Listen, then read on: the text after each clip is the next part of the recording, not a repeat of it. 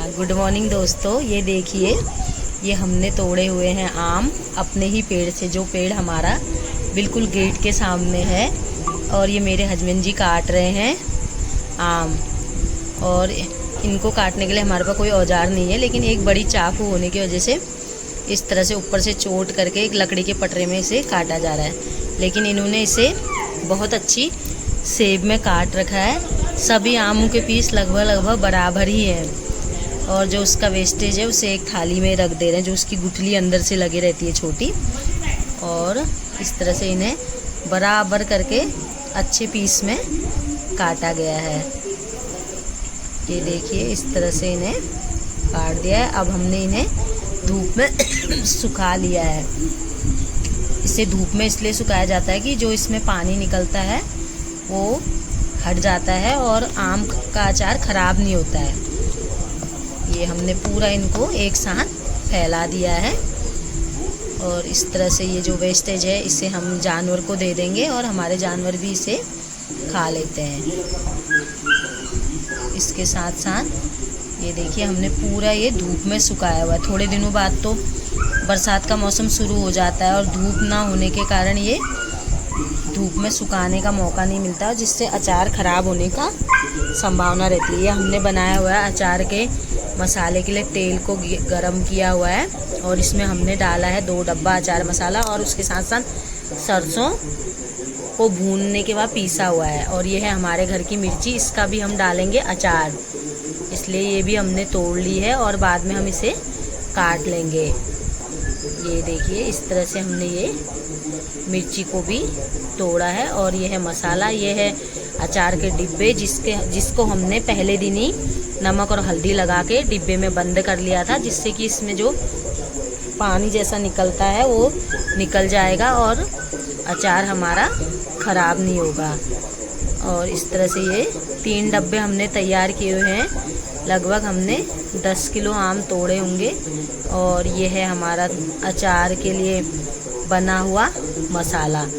अब हम इस मसाले में इन डब्बों से आम खाली करेंगे और अचार डालने का हमारा काम शुरू हो जाएगा। ये देखिए, मैं पहला डब्बा मैंने ले लिया है और इसे हम इसमें डाल रहे हैं। और फिर ये डब्बा जब पूरा खाली हो जाएगा इसे हिलाकर मिक्स करेंगे और इसी डब्बे में हम इस आम को डाल देंगे। यही काम हम तीनों डब्बों में करेंगे। एक एक करके हम सभी डब्बों को इसमें खाली करेंगे और इस को हम फिर से डब्बे में डालेंगे तेल और मसाले के साथ। आजकल गांव घरों में अधिकतर अभी शुरुआत ही हो रही है, लगभग सब लोग ये अचार डालने का काम करते ही हैं।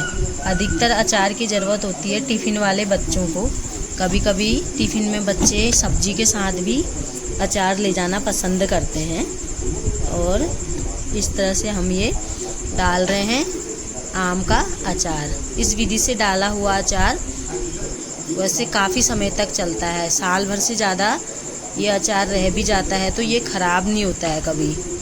और ये देखिए, मैंने खाली कर दिया है दूसरा डिब्बा और उस डिब्बे में भी हम ये तेल और मसाला मिक्स करके डालेंगे। उसके बाद जो एक्स्ट्रा मसाला बच जाता है लास्ट में, तो उसको भी हम बराबर मात्रा में सभी डब्बों में डाल देंगे।